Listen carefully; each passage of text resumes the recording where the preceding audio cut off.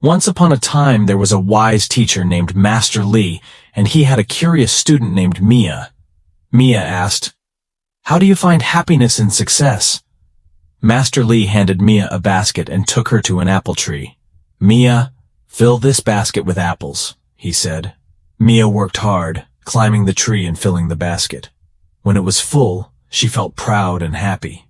But Master Li led her to a river and said, "Put the apples in the water." The apples floated away. Mia looked puzzled. Master Li explained, "Success is like those apples. It brings happiness, but it can drift away. True happiness is found within yourself." Mia learned that, while success was nice, lasting happiness came from being content with who you are and enjoying the journey of life. This story teaches us that while success is something to be proud of and can bring happiness, it's not the only source of true contentment. The lesson here is that lasting happiness often resides within us. However, the story reminds us that we have the power to find happiness within ourselves by being present, embrace and enjoy the present moment. Inner peace. Cultivate inner peace and contentment. Gratitude. Be thankful for what you have. Self-acceptance.